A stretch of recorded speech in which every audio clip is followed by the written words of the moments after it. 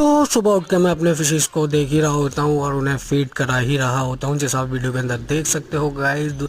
तो मैं इन्हें फीड डाल चुका हूँ। माशाल्लाह सारी फिशेस हमारी एकदम एक्टिव हैं और इन्हें मैं देख ही रहा होता हूँ जब तक कि मेरे को एकदम से किसी चीज़ की गिरने की आवाज़ आती है। तो मैं फटाफट से भागा हुआ जाता हूँ और जाकर देखता हूँ गाइस ये क्या, ये तो एक चुहिया हमारे सिंग के अंदर गिर चुकी है और ये देख सकते हो आप कैसे भाग रही है।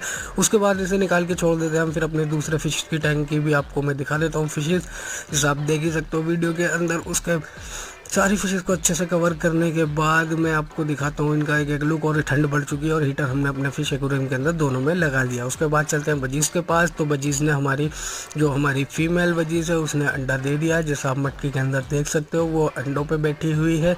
और इस माशाल्लाह और इसकी अपडेट देखने के लिए अब हमारे साथ बने रह सकते हैं। इंशाल्लाह इसके बेबीज़ भी आपको दिखाएंगे इसी चैनल पर ही। तो इसकी अपडेट के साथ मिलते हैं नेक्स्ट